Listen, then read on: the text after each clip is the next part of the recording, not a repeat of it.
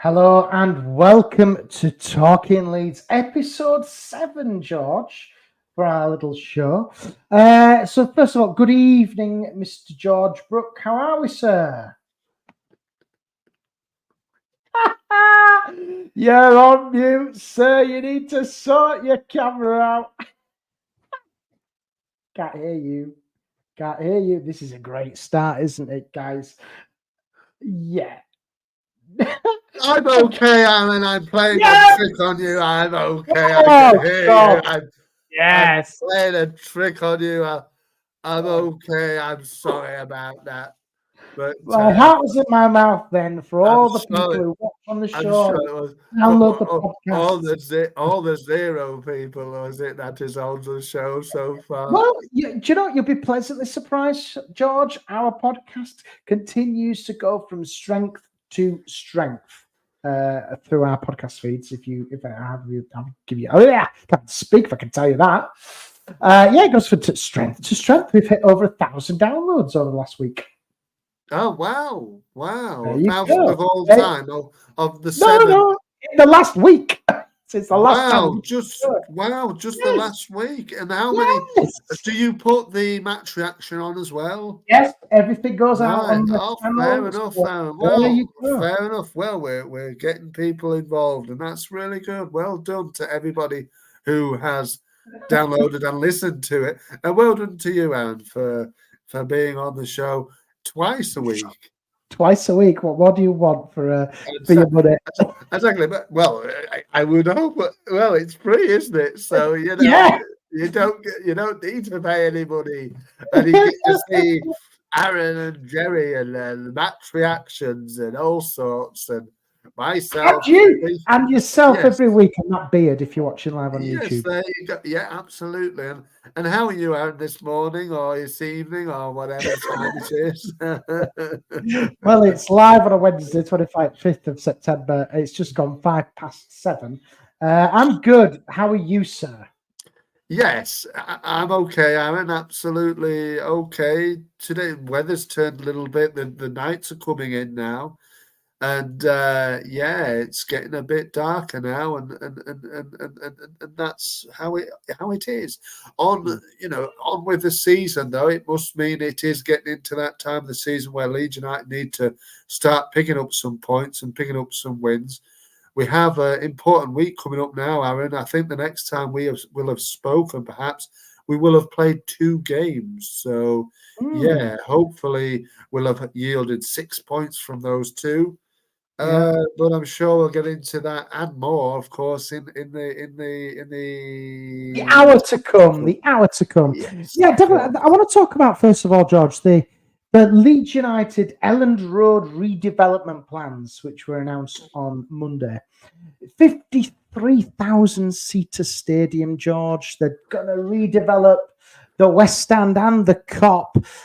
First, what are you thinking of that, then, George? Because number one, I believe this. My personal opinion is, I've heard this all before. But I believe this when I see it, when I see grounds, when I see the shovels in the ground, as they say. Yeah, I'd probably echo your thoughts, really, Aaron. They've spoken about things like this before. It's not happened. I think the 49ers do seem a little bit more, they do mean business a bit more like maybe than obviously Rads did and the people before him. But yeah, I think that they probably do mean a lot more business. They will do what they say, I think, a bit more than what the others have done. But yeah, until it's like you said, until the forks are in the ground and work is getting done at the stadium, it's only rumours and talk is cheap, isn't it? It's actions speak louder than words, and will they do it? Who knows? But 53,000 is quite a lot. I was hearing, I think, on the radio, it would make it something like I couldn't remember the number. Was it the eighth or something? It's the seventh biggest in the land. In the UK, in England, yeah. So, which is good for a second division side, as what we currently are, and what we will remain if we don't start getting his act together on the pitch. And I think, not that I put too much weight to this, Aaron, this is what the words of Mr. what's his name, Simon Jordan on TalkSport, he was saying a similar kind of thing, wasn't he?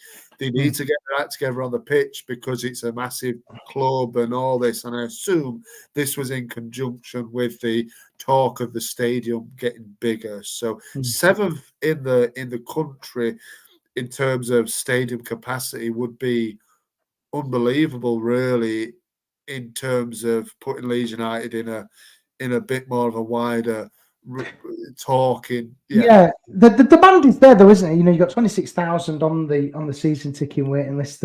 I think I was reading on The Athletic, last 6 years, Leeds United have sold out for every home game. The demand is there.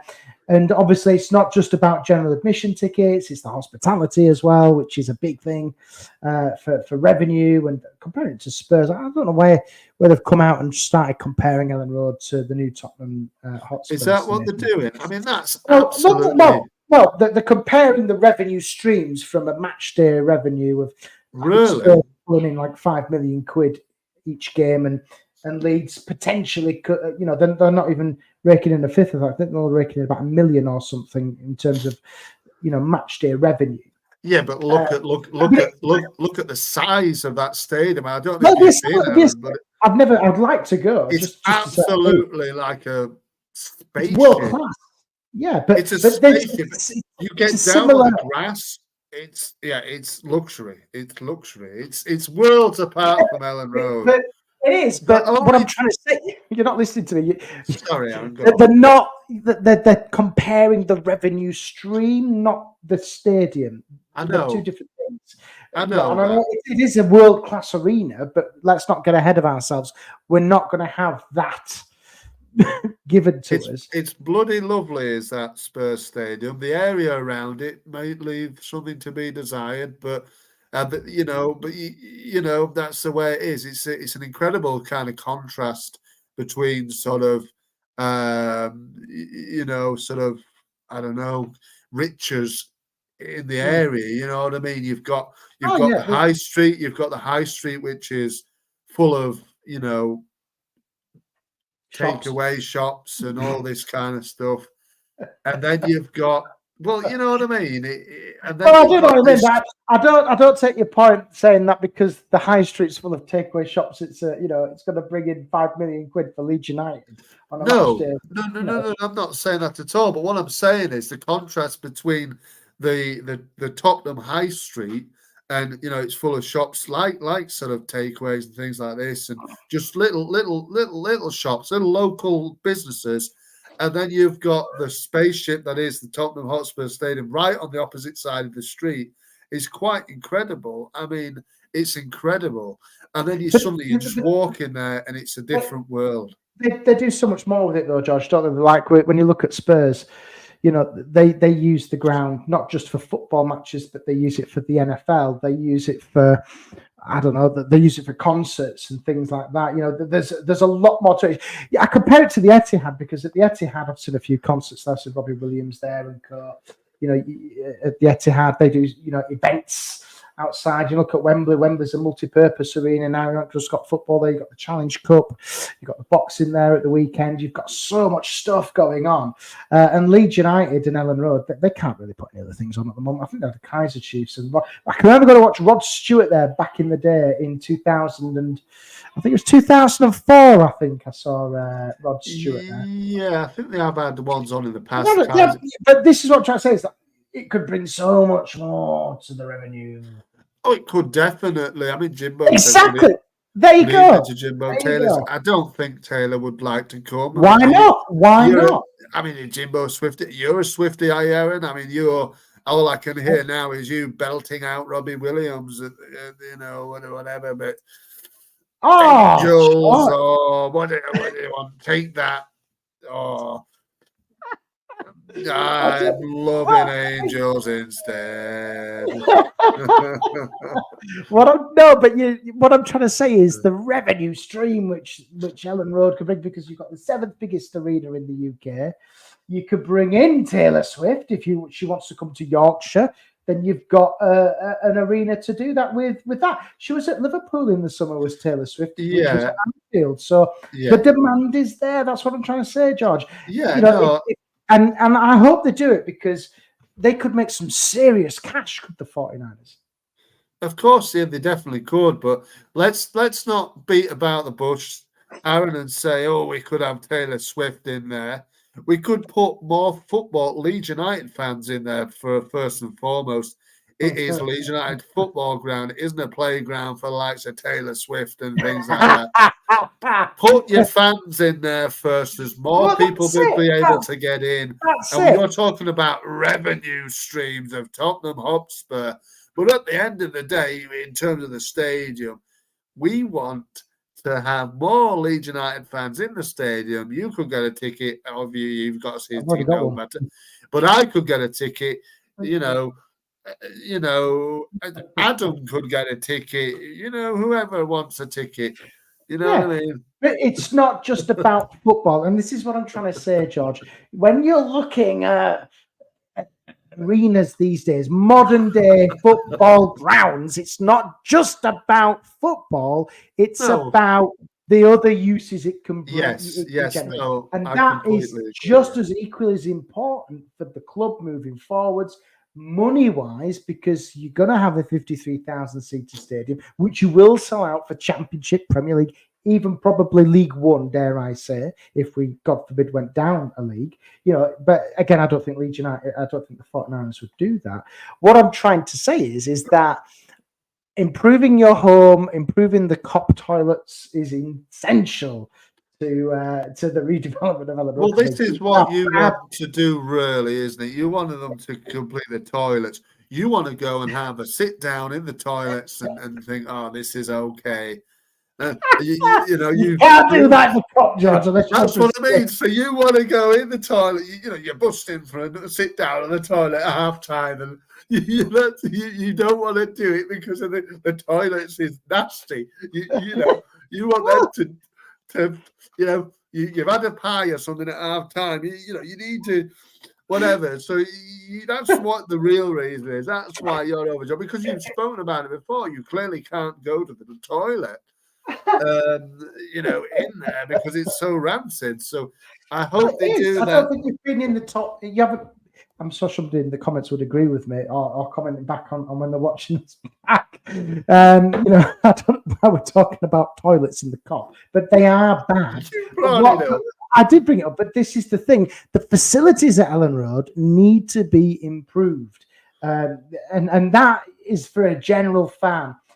We're talking here, George, that if Leeds United redevelop Elland Road and they get that 53,000 seater stadium, they can fully, really, absolutely capitalise on revenue streams, not just for football games, but, I'm thinking, like what Josh Warrington did a couple of years ago with the boxing.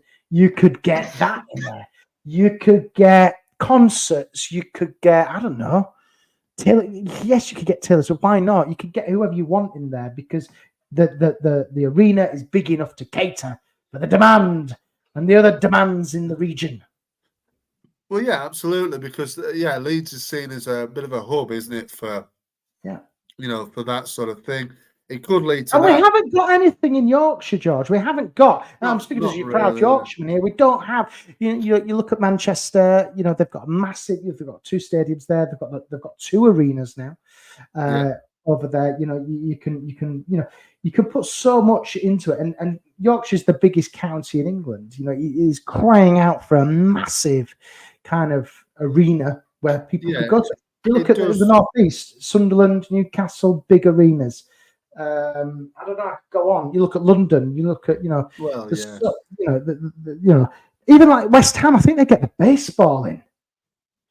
It's a massive stadium, isn't it? Obviously, the London Stadium. We're on a level par with those bigger grounds if this happens. Yeah, we're getting there, aren't we? And I do agree. I think it is needed. Eventually, everything gets revamped, and it would be the best not only for the club but for probably the comfort of the fans, because more fans could get in. There won't be as demand on people who wanted to go and couldn't get a ticket because it was sold out, as it has been over the last so many years, every single home game. So it's difficult to get a Leeds United ticket if you haven't got the right, like a season ticket or whatever. It's difficult to get a ticket. You can't just rock up anymore, obviously, and just buy a ticket. It's difficult. Yeah, I mean, it is. That would do that. It would, and you'd get naturally. Then you get people spending more money on things like pies and pints or whatever they want, and which naturally would then grow the revenue for match days. And then you get the one-off of whoever wants to come and do a gig there, which would also sell out. Which I'm sure Leeds United would eventually get some back, seeing as they're using their house, as it were. So we'll see what happens with that. And I'll tell you what, as well, George, there's one more thing that I ain't even touched on. They could get the 49ers of it because the NFL is. I'm not an NFL fan. It continues to grow in the UK. It's the fastest growing sport in the UK. The 49ers could capitalise on that and get them over, do some whatever they do in London, do the Yorkshire series rather than the London series, whatever they call it. There's so much, the possibilities are endless with this, aren't they? Yeah, of course it is. Yeah, and that would be a natural step, wouldn't it? If they were to grow it a bit bigger, the stadium, get the 49ers in, and don't forget, if it's going to be a Category 4 stadium in UEFA rankings, we could get the Champions League final. Well, yeah. Look, they have international games played at Elland Road before in the past. Mm-hmm. You know what I mean? I'm pretty sure if the World Cup did come to England, Leeds would be one of the venues hosting some of the games at the World Cup. So yeah, it's a big region, like you said. It needs a big stadium, and going back to what we said there. You on the you wanted the toilet here being revamped. Jimbo says get yourself the B&Q, Aaron, and just fit your own. Come with your own seat if you want. Yeah. Well, yeah, having had a number 2 at a football stadium in the past, not at Elland Road, I could just say it is the most difficult thing. I'll tell you the story now I've started. I went down to Brighton and I had, as everybody's had to have an emergency number 2 before after eating 5 pepperonis and drinking a bottle of Lucozade or whatever. You think, this isn't working well. And going down to the Amex and thinking, God, please no. And all I could hear was, I've got my table here. You could just hear this. Rodrigo. Well, how does it go? Rodrigo Moreno. Rodrigo Marino, that banging on. Oh God, please don't say somebody's taking a shit. That's all I could say. So yeah, it is. So you were in the toilet while they were singing yes, the song for Rodrigo. and all you could hear was that. And I was just hoping, by God, whoever's banging on that door, please don't go. Hey, are you taking a shit, lad? Something like that. Oh, no. So that was at halftime. That is a true story. Honestly, God, if you ever meet my brother, he will tell you the same thing. And did we wouldn't have won that game? Was it a draw? We lost. Well, they never win. I don't think they've ever won at the Annex, so that was a bad decision to start with.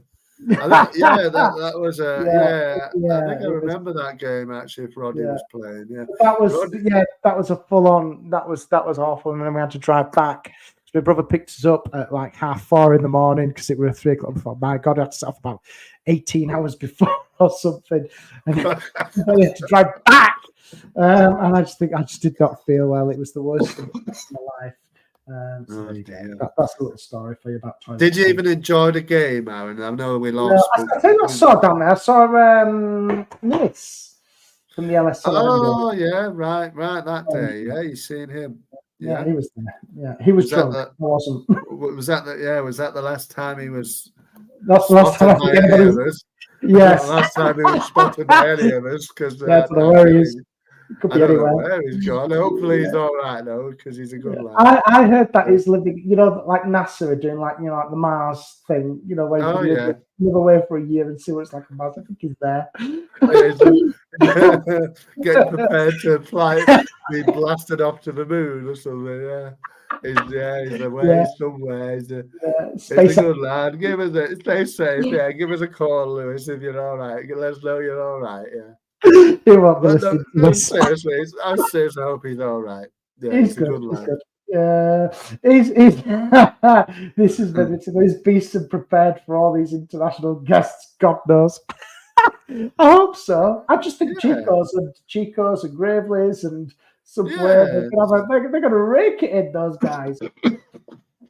Absolutely, they'll be rubbing their hands, won't they? Even if it's not to come to that, even if it's just a more match day revenue for them of Leeds fans, it's all good. It's all going back into the club, so that's what we want. Absolutely. I think that's enough Elland Road talk, because I think we can get carried away with it, but until we see those shovels in the ground, we can't really do anything, can we, about it? We need to see those shovels. Parag! Make it happen. They've spent 10 million quid on this, though, by the way, already at this stage. They must be seriously invested in doing this if they spent that amount of money, because 10 million quid could have bought us a number 10. They bought what? 10? They've spent 10 million. They've spent 10 million quid, right, on getting what? all these. Well, starting the process of planning. So they've spent. I'm not joking. This is genuinely. They've spent 10 million on a social media post saying that they're going to. No. They've spent 10 million pounds on getting the ball rolling. And now, do you know what Winston's is? Oh, I know absolutely. Well. Tickle me that. The Leeds have spent 10 million quid on getting, the process going for development plans of Elland Road and things like that. I hope that to God they have to do it now, because they've put 10 million quid in, because they could have bought us a number 10. Well, that's it. Yeah, I mean, of course. I mean, look. Yeah, I mean, at the end of the day, Aaron, I think I've had this argument with you in the past before. Is when you've mentioned up the toilets and Elland Road being done up. I've sort of said, well, wouldn't you rather it been spent on the team? You know what I mean? I certainly would, because we could play in a hole in the ground, and if our team was good and going places, I'd rather that than we play in this stadium like maybe Spurs do and have an average team going nowhere. You want to build on something, so I'd rather the team be invested in personally than the ground. But there you go. But doing it outside doing it outside the Premier League and doing it whilst you're in the Championship, it gives you a bit of a head start when you get promoted. Of course it does. Of course it does. Yeah, I mean, should really be playing in that sort of size stadium in the second division. I know Sunderland, you mentioned that. I think that's a 50-odd thousand stadium, and they're playing obviously in the second division. So, yeah, it does happen. Obviously, of course, it does. I mean, St James's Park, Newcastle was for a few years, hasn't it? Been over fairly recent times, has been a second division stadium at times. So, yeah. I think they're expanding that as well, aren't they? The Saudis, they're going to make that bigger as well. Yeah, they will. They will eventually. Yeah. Everything will get bigger. Everything does. Excellent. Right, let's just have Everything goes kaput. If I don't say that, you could imagine it'd be very Leeds though to have a 53,000 seater stadium and be playing in League One. Yeah, well, there you go. Going to administration, got bust again. Yeah, exactly. Spent 10 million on prepared on bloody spades and stuff to get it ready, and then never do it. Yeah, exactly. The very least thing. Yeah, Ken Bates will go. If he come in, he'll go, "Oh, we spent too much. We spent 10 million quid on this." He'll come in and buy it for £1 and then drive it under again. And build some boxes. Yeah, exactly. Yeah, build boxes like he did. Oh God! Build a casino. Yeah, exactly. Yeah. Bloody hell. Oh, God, we've had some awful owners, haven't we? Yeah, it's been, when you really think about it, you try not to think about it, I suppose. It still haunts me, if I'm being honest. Well, I remember bumping into Celino that day that his thing got done, Aaron, and is it done? I said to him, it's done, yes, it's done. He had the sunglasses on outside Elland Road and smoking. I didn't know this tale. Tell this tale, George. Yeah, well, no, I mean, that's just it. I once went to Elland Road just on probably a weekday afternoon or something. As you do. Yeah, as you do, knockabout. And I think there was news of Celino's takeover coming through, and I think I went to sort of hope that I might see something. Anyway, I did. There's a few cars outside, where the shop is, kind of thing, in the middle of near the Brenda statue. Yeah. And where the car park sort of thing is, and I think they were Range Rovers or whatever. And I'm sure that's him I've seen on the photos and that. I'm sure that, and it was. I went up to him and I said to him, is it done then? Have you bought it? And he was like, yes, it's done. And it's done. Yeah, and he was just like, yeah, it's done. And I was like, we haven't heard out yet. And then he was like, it's done. And I was like, all right, okay. And I wish I'd have stopped and had a conversation with him, but I felt a bit embarrassed and I just kind of said, oh, okay. And I just walked off. You could have been the new manager that summer. Well, yeah. If I'd have talked myself into it, I could have been, everybody could have been writing up stories now, thinking, oh, remember Brook, and it is 6 minutes in charge, and 6 games in charge, and he won. Yeah, it was shit. He won one game and he didn't.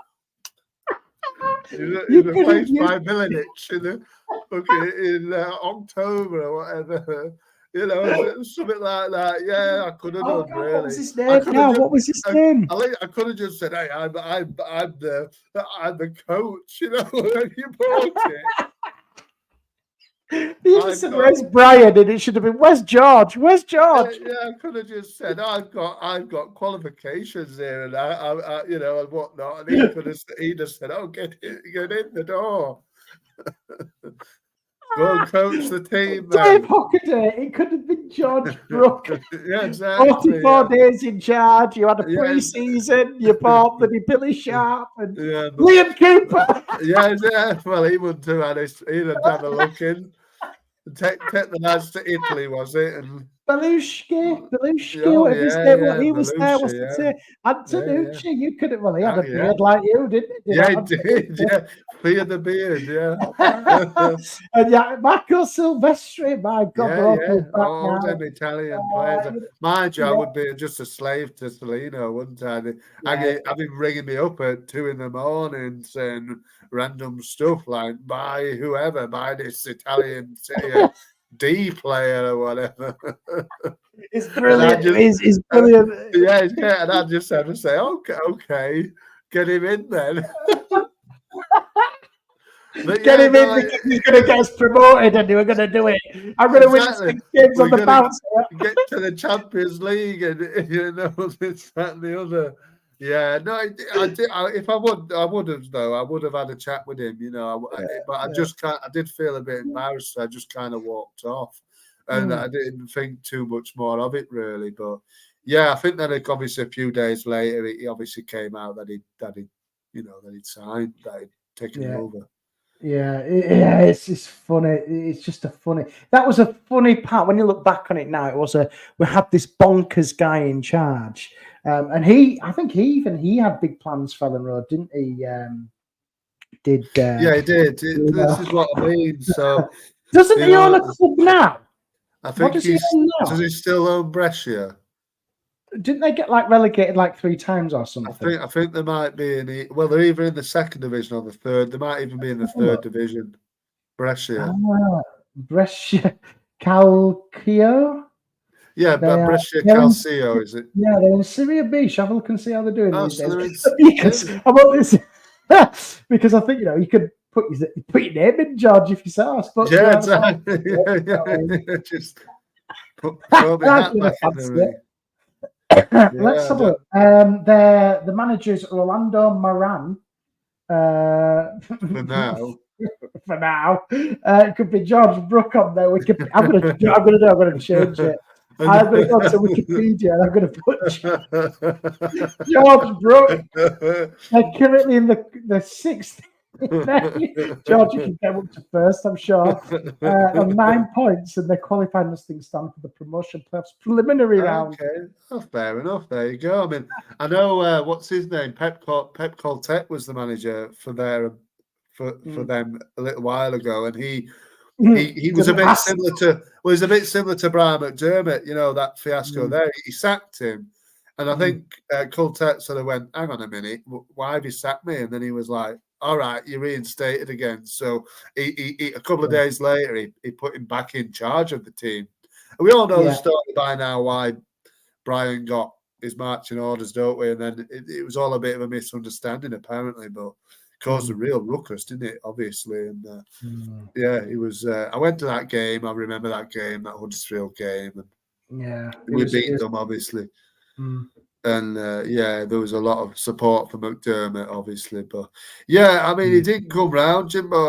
I invited him, but he didn't come round. But you're right. He was probably still laughing. He was probably buzzing just to not get on the pitch and not get injured, wasn't he? Really? So.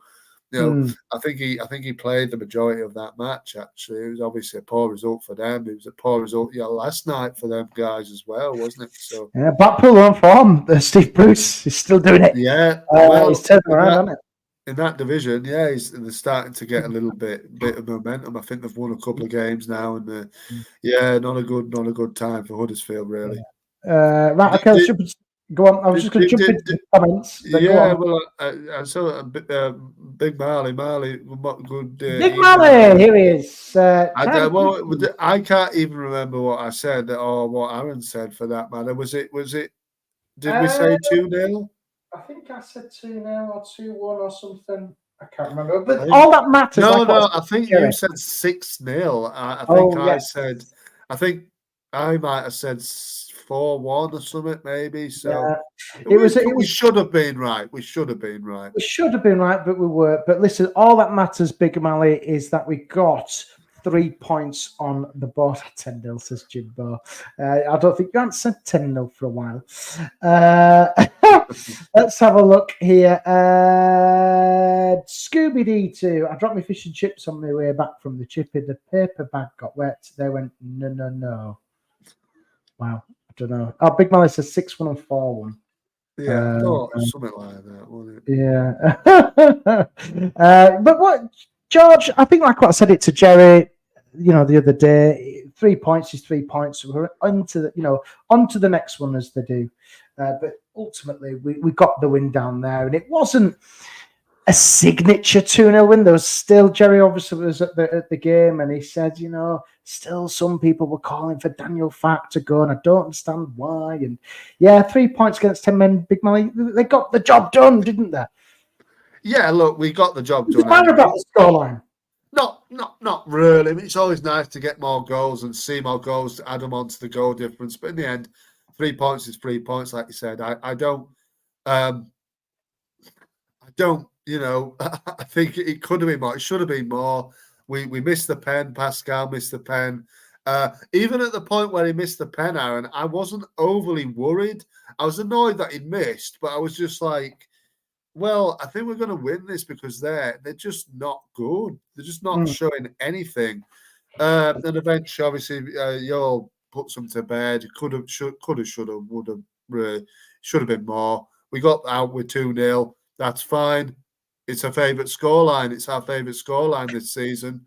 That's fine. It's fine with me, George. It doesn't matter. And 2-0 so is fine. Yeah, we got, it's a nice on to the next one momentum. And we've got some tough games coming up of Leeds. They've got Coventry at the weekend. It's a huge game at Elland Road. That I think every game now is going to be big. And then we play, as you say, Norwich City on the 1st of October.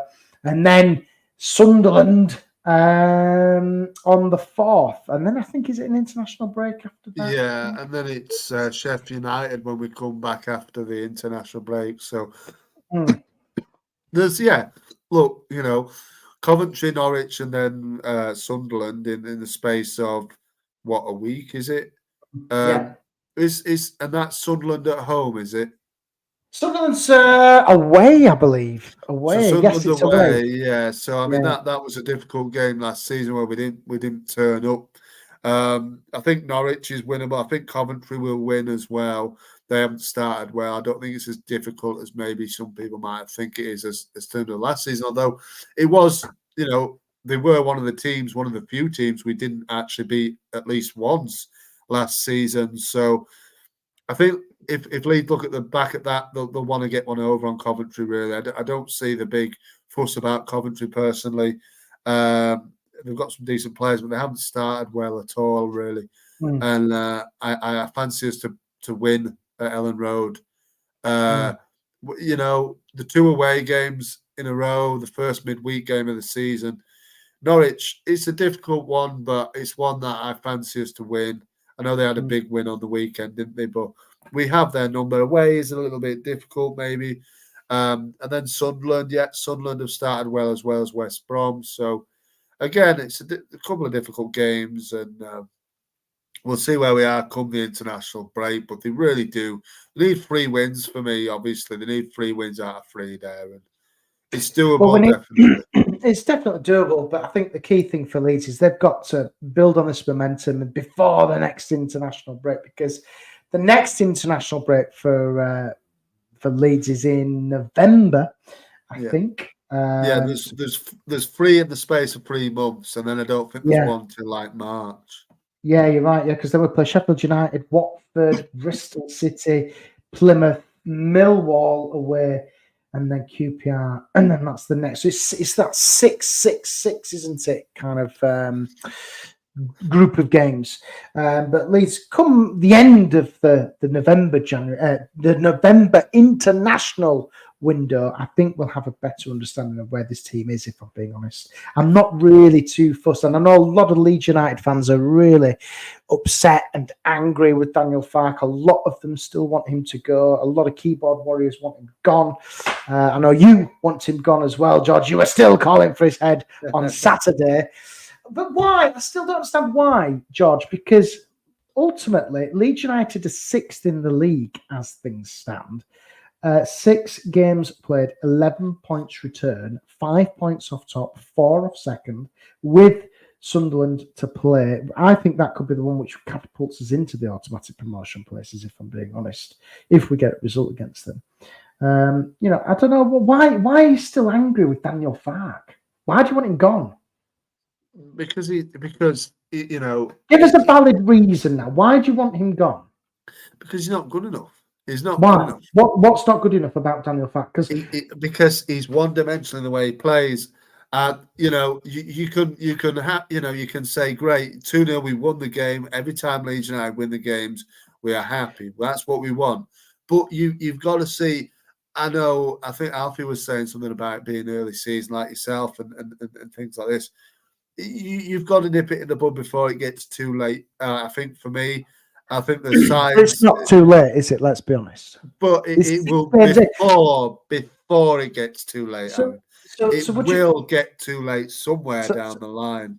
So let me give you an argument here for argument's sake. West Bromwich Albion, do you think they'll still be first in 6, 8, 9, 10 games time? No. Exactly. So what? But they've got the momentum. Like you keep going, it's that one dimension that they seem to be winning games. That they're not going to be there at the end of the season, are they? Yeah, but no. But the thing is, they haven't got the expectation probably that Leeds. No, they will want to be in the top 6 again this year. Of course they will, but we want to be in the top 2. And I think the next one I want to say, Sunderland. Do you think Sunderland will be, they're currently sitting in second, 15 points from 6. Do you think they're going to be up there this season? Because you talk about that momentum and they've got the real drive to kick on and do an Ipswich or whatever. Do you think that those two who are currently first and second will be fighting come May next year? Well, the first point is they won't be doing an Ipswich because I think they've been in that league. I know, I was metaphorical that they're doing really well and they just gained that momentum and kicked on. Do I think they'll be in the top 2 come May? Probably not West Brom or Sunderland, but I think they'll be in the playoff arena in and around the playoff places. Yeah, probably. Yeah. So I mean, I just think Arron, I think. You've got to be more. I know it's a lot of people would say it's not on him when he's on. He puts them out on the pitch. He doesn't play the game himself. He doesn't score the chances himself. But ultimately, he is the buck stops with the manager. And ultimately, I think that a better coached team would have put that Cardiff City team to bed 5-6-0, like we might have predicted. I agree with Marley. The late subs are ridiculous and just predictable. And this is what I mean. It's all one-dimensional. You're not playing with any kind of surprise to the opposition. They already know about the players. You're just swapping them like for like. There's no real sort of tactical nous for me than there never has been. I personally, I like Daniel. You like it, but is that because they haven't got the quality?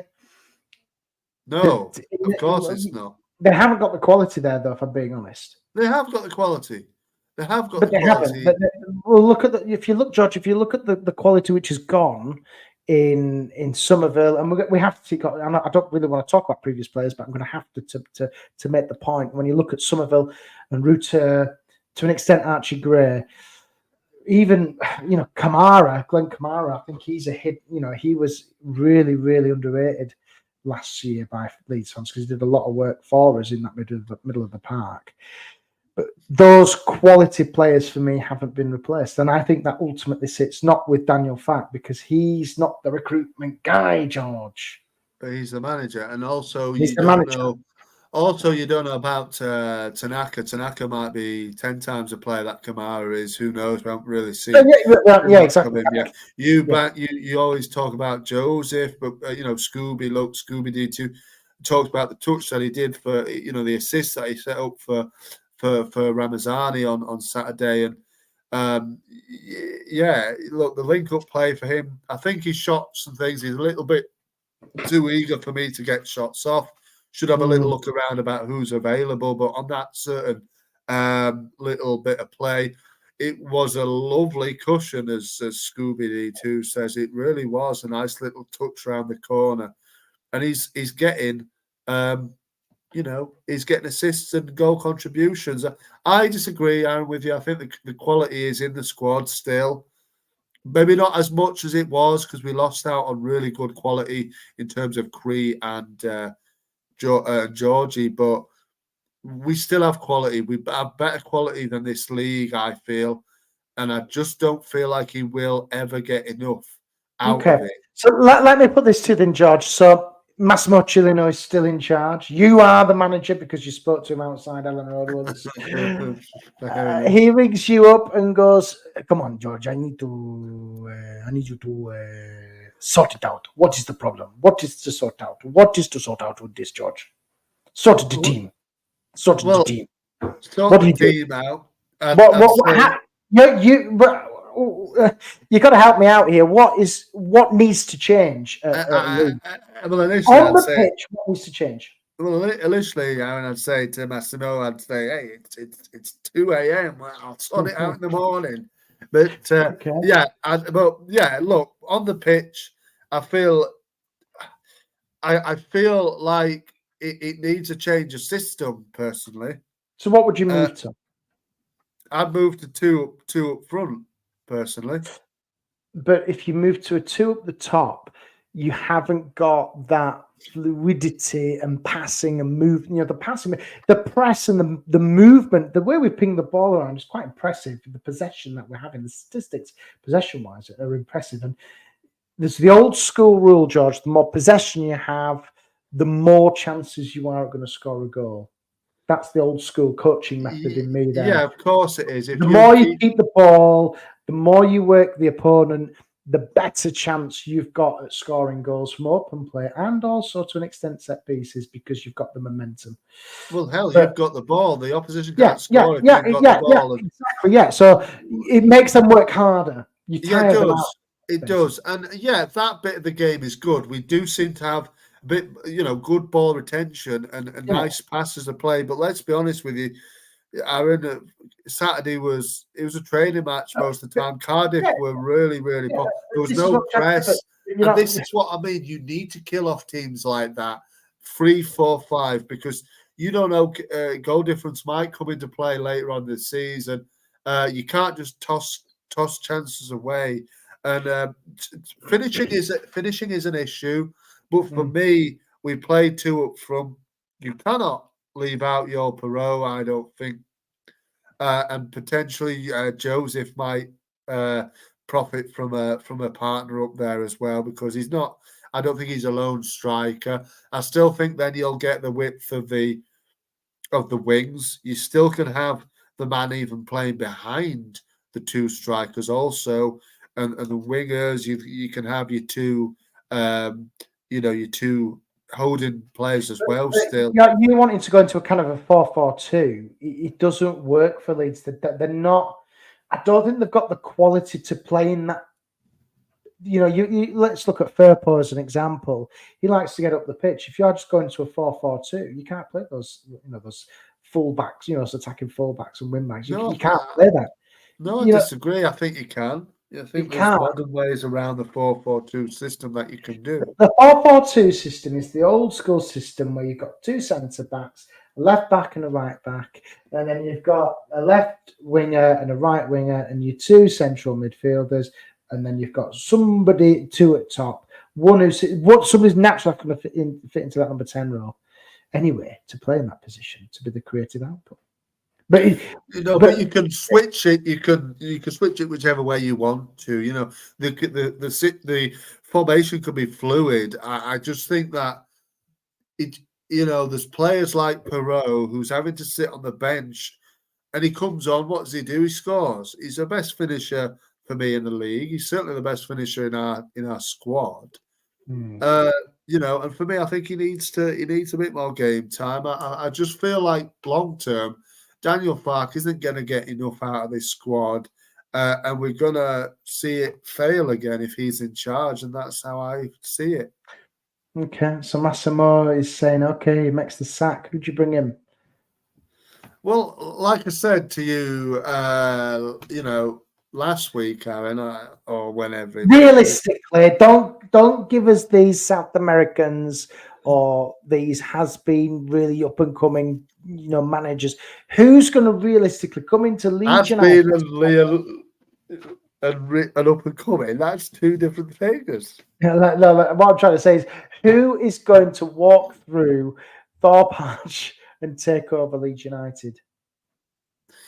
Well, like I said, Aaron, it'll be, one of these managers who I won't want to see an old school manager in there. I want to see Pablo Vojvoda in the door at Leeds United and Daniel Farke out of it. Okay. What if he doesn't come? What are you going to do then? Well, we're going to pick through, young There's managers. thousands, there's thousands of managers, George, and thousands of them who would want to come to Elland Road.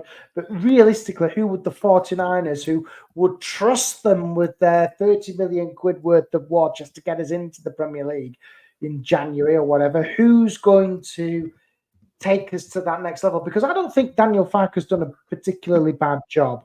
And the reason why is because he's returned 90 points last year in a really difficult season. He started okay this season. Yes, it's been a little bit conservative with the way we play, but I'm all for that because ultimately it's not the statistics which get you promoted, it's getting points on the board.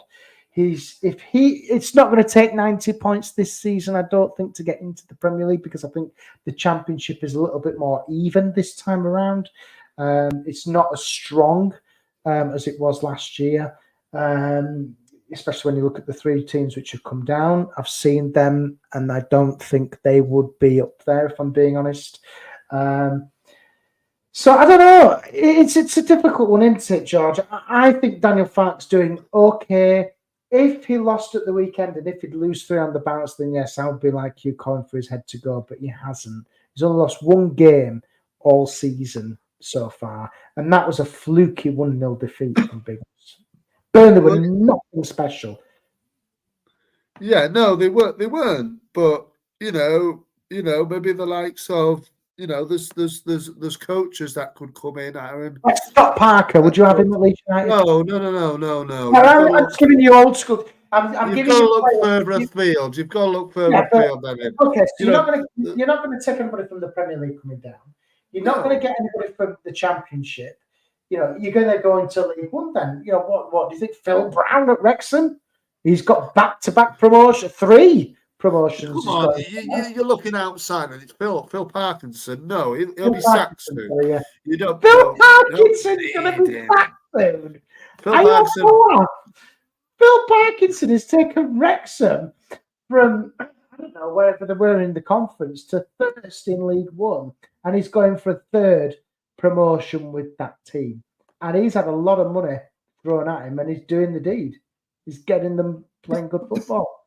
Getting them up. Like I said, he's had a lot of money. And do you know what? I think if Wrexham come up again, I think he'd get them up again. Well, yeah, he probably will, but they've got, like you said, they've thrown money at it, and I think he's a very much lower league. He's very much a lower league prehistoric manager, is he? I don't think he'll be there for that much longer. Should he even get them promoted? But what about this, Aaron? You bring in Rennie Marek from Bayern Munich, and he's been here before. He's been here before. And he would know the club. Bit of an opportunity at Bayern Munich, whatever. These young coaches now are starting to make a bit of a trend up, and something like that. A coach from a high up team in Europe got it done. Thierry Henry, he was the manager, wasn't he, at the French national side? If he wants to go. We need new ideas. We need something new, and I think it's only a matter of time. I like Daniel Farke because he's fun and he gives good value in interviews and stuff, and he speaks well at the club. But I think it's going only one way. I feel even if we get promoted. Do you think he's got borrowed time? Because I don't think he is. I don't think I think he is. He should have gone. He should have gone. The 6th in the league. I can't believe you want the manager gone. It's 6 games in, and it's only one fluky 1-0 defeat. Yes, I understand that the substitutions are an issue, but I look at that bench and I don't think there's quality on there. I really don't. There's enough quality to get us out of this league. There's enough quality in 100% to get us out of this league. you know, yeah, maybe he would. Maybe he would be back in the championship, and maybe that's why they're not going to sack him. They understand that, you know, maybe he would get a job immediately back in the champ and then come back and hurt us. So maybe that's why they don't want to do that. Maybe they will get rid of him when we get promoted. But I just don't feel like it doesn't feel like they're building towards anything. It just feels like it's going to build towards. The whole Fark appointment, George, you've got the nail on the head there. The whole Fark appointment was to get him to get us into the Premier League because he's been there and he's done it well before. When Leeds get into the Premier League, I would see Daniel Fark go because I don't think he would be the one who would, you know, build for us to stay in the league. I think he's ultimately here to get us up. I genuinely do believe that because there's no. That's the point of and it was always going to be a building program for him to get us up, and I do genuinely believe he will get us up. So what? Yeah, but what's the point of him being here then? Because other people could get us up. There's nobody else out there who has the CV to have been there and done it. He's won the medals. He's got the T-shirts. He worked with Liddy Delia Smith. He got them up on a budget as well, by the way. He's got Norwich up. Do you know what I mean? Yeah, but so did, I don't know, Chris Hughton. Should we bring him back in because he got them up? You know what I mean? It doesn't matter. That doesn't matter. But look at what he did at Brighton. What did he do realistically at Brighton? He kept them up by the skin of the teeth for a few seasons. They were always hanging around the relegation parts. Yeah, but you know, I just think that. I'll tell you who I'd love to take at Leeds, Thomas Frank. Yeah, I think Thomas Frank would be excellent, but I don't think that's. We'd never get it. Exactly. I think, you know, I give you a name, Arron. Here we are, and you know. Come on, give us a name. I'll give you a name, Kuka, who is an old school. I think he's Brazilian manager. Kuka. I think he's an oldish. Well, he's a 60-odd-year-old bloke. He used to manage Paranense in the Brazilian Serie A, the Brasileirão, and similar. He's won trophies in Brazil.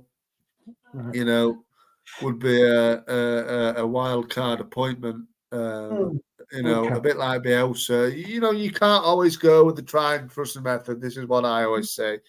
If it's not working, look at a different way of making it work. But then again, like you said, we've only lost 1 in 6. You know, I'm sure the team. His tune. The beard has changed his tune. I haven't changed my tune. I want the manager gone. I'm just saying that you know what I mean. I just don't see. Ultimately, Arron, I don't see where the team is building to with Fark in charge. I think somebody else could do as good or better job with this squad and then progress it into the Premier League as well. I just don't see Fark being able to do that. You've just said yourself. So what's the point in him actually being here? The point is for him to get us into the Premier League. I just want to touch that. I just want to touch on what Scooby D2 has said. He says, okay, playing kind of devil's advocate, which team in this league has a better team and bench than ours? Because let's face it, we're kind of the Man City of the league, moaning about our bench. Would you agree with Scooby D there? Yeah, I think a lot of fans are moaning about the sort of quality of this bench. And also, I saw some people saying there's some kind of entitlement of Leeds United fans at the moment, which I think was a Leeds fan saying, you know, look at us being entitled. Leicester was similar last year. Look, it's our turn. Now, I don't agree with that. I don't think we're entitled. I think that the quality of the bench, I don't know what you're seeing there, and I think it's fine actually. The bench when it's I think with before the transfer window finished, it wasn't. I think they did put a bit more quality in, and I feel like the bench is all right when everybody's fit. It's fine. You know, I don't think there's a problem with it, to be honest with you. It's like what Jimbo said that our bench is in the West Stand, so it will be developed. Exactly. Yeah, exactly. It's is it a comfortable seat to sit on? It needs doing up. Right, anyway, listen, George, we've got 2 predictions before we're on for the next one. The first one, which we need to predict, is Coventry City on Saturday, 3:00 kickoff. Leeds United take on Coventry City, the mighty Cov. What are your score predictions for this one on Saturday? 2-0. 2-0 Leeds seems to be our favourite scoreline. I think Coventry, they aren't going too well. I don't see them getting anything from Leeds this time. I think Leeds maybe learned the lesson from the game at Elland Road last season against Coventry, where we battered them and ended up with a 1-1 draw. So, yeah, I think put them to bed. I disagree with Jim, but I don't see where Coventry win that game, to be honest. Okay. I think you will put at least a couple away. I know the Burnley defeat was against Burnley, who for this league are one of the better teams in this league. I think Coventry are all right, but I think Leeds they'll have enough to beat them, definitely. Okay. I think Leeds will win on Saturday. I do think, and I'm going to agree with you. I think it'll be 2-0. I think Leeds will absolutely, it'll be a 2-0 hammering for Coventry. I know Big Mally's asked this one previous comment which come in. Thanks for this, Mally. Says, does Dan James start when he's fit, George? Yes or no? Yes. Yeah, I completely agree. His pace alone can threaten. I think Solomon's going to be on and off with his fitness probably. So I think when Dan's fit, it's Dan and Willie, isn't it, on the wings? I think. Yeah. And then you've got Solomon if he's not fit, obviously not fit, and then you've got Ramazani on the coming off the bench, and yeah. So I think that's probably the way he will go when he's fit. Yeah. And the other one before I see this beard again is Norwich City away in the league at Carrow Road on Tuesday, the 1st of October. How do you see that one going, George? Well, first and foremost, Arron, happy October. So it'll be, I don't know, a tricky one. We always seem to maybe go a goal down or something at Carrow Road or something like that. Again, I think we're going to beat them. I'm going to go with 3-1. 3-1 Leeds. Okay. Yeah. I think the Norwich City game, I think that'll be close. 1-0 squeaky bum time game, that one. But as you said, I think Carrow Road's a tough place to go. And Norwich, they've done okay. You know, they've started all right, haven't they, Norwich? I'm not sure they have, actually. The manager... 2 wins. Well, it's not 2. Yeah. 2 wins, 2 draws, 2 losses. Not too bad, but they do sheep a lot of goals. They've conceded 7. Only scored 8 as well. So that's quite a lot, I think. Yeah. Anyway, 6 games for the champ. That's quite a lot. I think we've only scored 9. We've scored 9. That's correct. Yes, and conceded 4 as well, which isn't too bad either, given that we had a 3 high-scoring draw at the opening weekend. Well, that's only one other goal, isn't it, in the Burnley game? So there you go. So there you go, Josh. Lots to keep the positive, keep the faith. Well, the defensive line is good. It would just need to be more clinical as we go forward. You know, finish off our chances better, and we'll be fine. You know. Well, I think that wraps us up for our episode of Talking Leeds. Elland Road is the only place for us, and it really is. And we can't wait to see Taylor Swift, NFL, and Tom Jones singing at Elland Road. It'll be good. See them there, as well as Leeds United with 53,000 people in there.